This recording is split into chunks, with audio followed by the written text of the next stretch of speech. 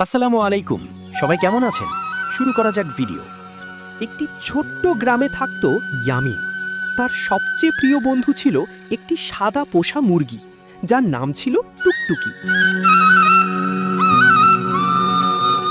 I টুকটুকি, খাবার খেয়ে নাও। প্রতিদিন টুকটুকি একটি করে ডিম দিত। ইয়ামিন খুব যত্ন করে তার দেখাশোনা করত। একদিন একটি ধূর্ত শিয়াল টুকটুকিকে ধরে নিয়ে যেতে চাইল। এই শিয়াল, আমার টুকটুকিকে ছেড়ে দাও। ইয়ামিনের সাহস আর ভালোবাসায় টুকটুকি নিরাপদে রইল।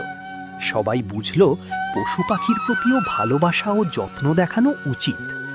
পোষা প্রাণীর যত্ন নিলে তারা আমাদের সত্যিকারের বন্ধু হয়ে ওঠে। ভিডিওটা ভালো লাগলে চ্যানেলটা সাবস্ক্রাইব করে অল বাটন ক্লিক করবেন। লাইক একটা কমেন্ট করে যাবেন। ধন্যবাদ।